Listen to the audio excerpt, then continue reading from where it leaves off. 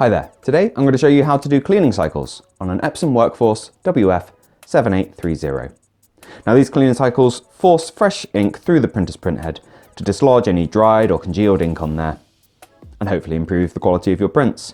So to get ourselves started, we're going to drag ourselves along on the touchscreen until maintenance is exposed.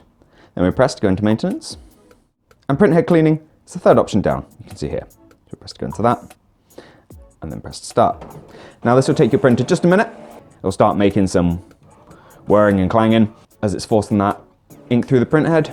And I'd recommend using this process sparingly because it does use up ink within the cartridges, because as I say, it's physically flushing the printhead within the machine. But if we give it a moment, and once the clean is finished, you'll be taken to a page that looks like this. And it's asking you if you want to do a nozzle check, which is like a test page from your printer. And if you click check, you'll be given something like this.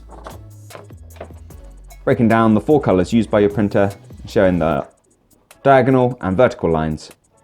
So you can see any missing colors or small breaks in these, indicating a small blockage.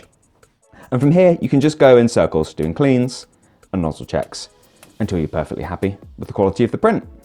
I already know mine's looking all right, so I'm gonna click no check.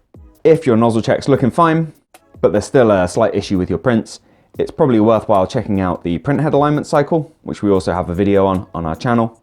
And that's more for like fuzzy prints or kind of more distinct dark lines running across your prints. And there's also a paper guide cleaning, which is a pretty simple process. The printer takes you through it well enough, so I won't bother with the video for that one.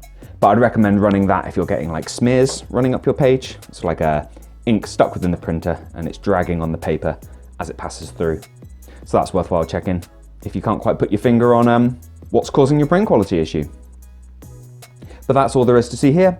If you found this video useful, please do let me know with a like. If there's anything else you'd like to know about this printer, let me know down in those comments. Otherwise, thank you for watching this video, and we'll see you in the next one. Take care. Bye-bye.